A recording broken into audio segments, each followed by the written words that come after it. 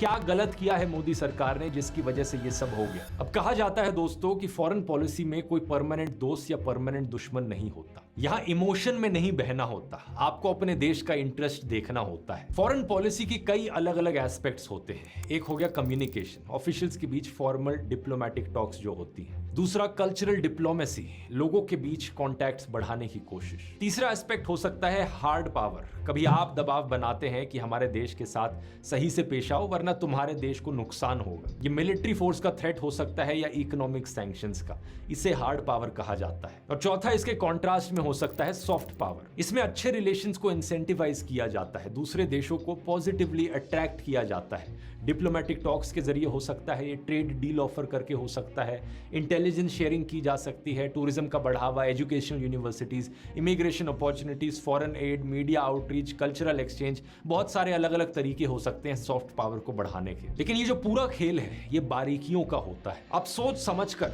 दांव पेच खेलते हैं, कभी एग्रेसिव तो कभी डिफेंसिव तो कभी कोऑपरेटिव। इसलिए फॉरेन पॉलिसी को चेस से कंपेयर किया जा सकता है। ये एक ऐसा खेल है जिसमें बहुत सोचने समझने की जरूरत पड़ती है, इमोशन से नहीं, दिमाग से, लॉजिक से। लेकिन प्रॉब्लम यह है कि हमारे Indian foreign minister S Jaishankar का मानना है कि फॉरेन पॉलिसी चेस जैसा नहीं बल्कि क्रिकेट जैसा ज्यादा है। It's actually not like chess at all. It's far more like cricket. ये चीज उन्होंने एक क्रिकेट इवेंट में कही थी। प्रॉब्लम ये है कि यही एटीट्यूड उनके फैंस को भी पसंद आता है। ये देखो आज इसे स्लैम कर दिया, कल उस देश को स्लैम करेंगे। आंखों में लागी कि डॉक्टर मनमोहन सिंह के समय देश की फॉरेन पॉलिसी जैसा सेंसिटिव नुआंस्ड सब्जेक्ट देश की सिंपल इमोशनल पब्लिक की नजरों से दूर रहता था। लेकिन अब देश की फॉरेन पॉलिसी का बलिदान दे दिया गया है बीजेपी की इलेक्टोरल पॉलिटिक्स के लिए। मैं ऐसा क्यों कह रहा हूं, एग्जाम्पल से समझाता हूं। जैसे कि हिंदू मुस्लिम का मुद्दा ले लो, वो सारे मुद्दे जिन पर बीजेपी इलेक्शन लड़ती है 80% वर्सेस 20%। ज्यादातर बीजेपी सपोर्टर्स मुसलमानों से नफरत करते हैं और उधर इजराइल की एक मुस्लिम देश पैलेस्तीन से दुश्मनी रही है। सिर्फ इसी कारण की वजह से मोदी के अंध भक्तों ने इजराइल को अपनी फेवरेट कंट्री बना ली। अब मैं यहाँ हमास को डिफेंड नहीं कर रहा हूँ, हमारे देश के रिश्ते खराब होते हैं और भारत की सरकार को फिर इस रायते को समेटना पड़ता है। इसके अलावा बीजेपी की दूसरी नीति है क्रॉनी कैपिटलिज्म, और ये दूसरा बड़ा कारण है जिसकी वजह से हमारे देश की फॉरेन पॉलिसी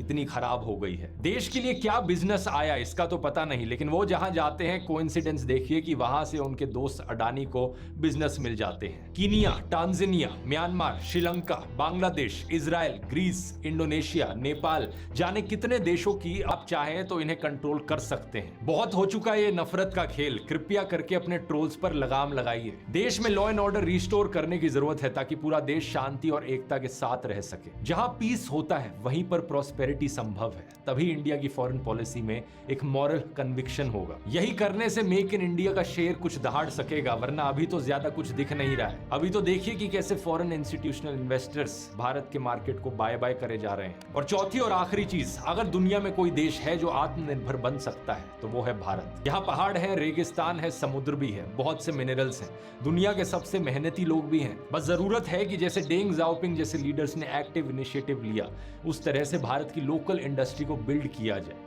केवल आत्मनिर्भर भारत और वोकल फॉर लोकल का नारा देने से बात नहीं बनती है। बराक ओबामा ने डॉक्टर मनमोहन सिंह के टाइम पर इतना प्रेशर बनाया था पाकिस्तान के ऊपर कि देखिए अप्रैल 2010 की खबर, अमेरिका ने पाकिस्तान को कहा कि आतंकी संगठनों के खिलाफ एक्शन ले। नवंबर 2010 आतंक के खिलाफ लड़ाई को लेकर ओबामा ने पाकिस्तान की आलोचना की। मुंबई में उन्होंने कहा कि प्रोग्रेस उतनी तेजी से नहीं हो रहा जितना हम चाहते हैं। प्राइम मिनिस्टर इंदिरा गांधी के समय में ऐसा भी समय रहा है दोस्तों जब अमेरिका ने इंडिया को कोई सपोर्ट नहीं किया था। 1970s के समय में अमेरिकन प्रेसिडेंट रिचर्ड निक्सन ने बल्कि पाकिस्तान को ही सपोर्ट कर दिया था।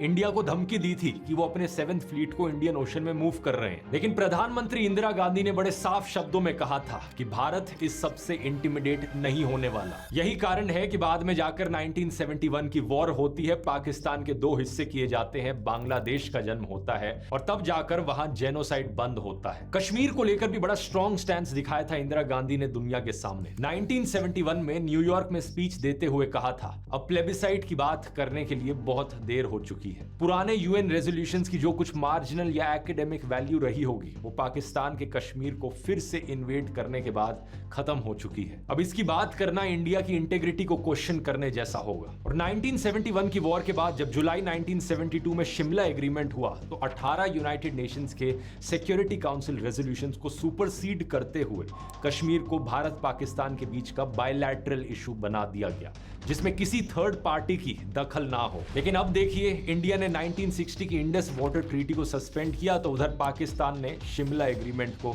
सस्पेंड कर दिया। इंदिरा गांधी के समय में जहां दुनिया ने एक्सेप्ट कर लिया था कि कश्मीर का मुद्दा इंडिया पाकिस्तान के बीच का बायलैटरल मुद्दा है, कोई और देश इंटरफेयर नहीं करेगा, वहीं अब नरेंद्र मोदी के समय में डोनाल्ड ट्रंप ने कश्मीर पर मीडिएट करने की बात तक कर डाली। 11 मई को सोशल मीडिया पर लिखा कि तुम दोनों के साथ काम करूंगा ये देखने के लिए कि क्या 1000 साल बाद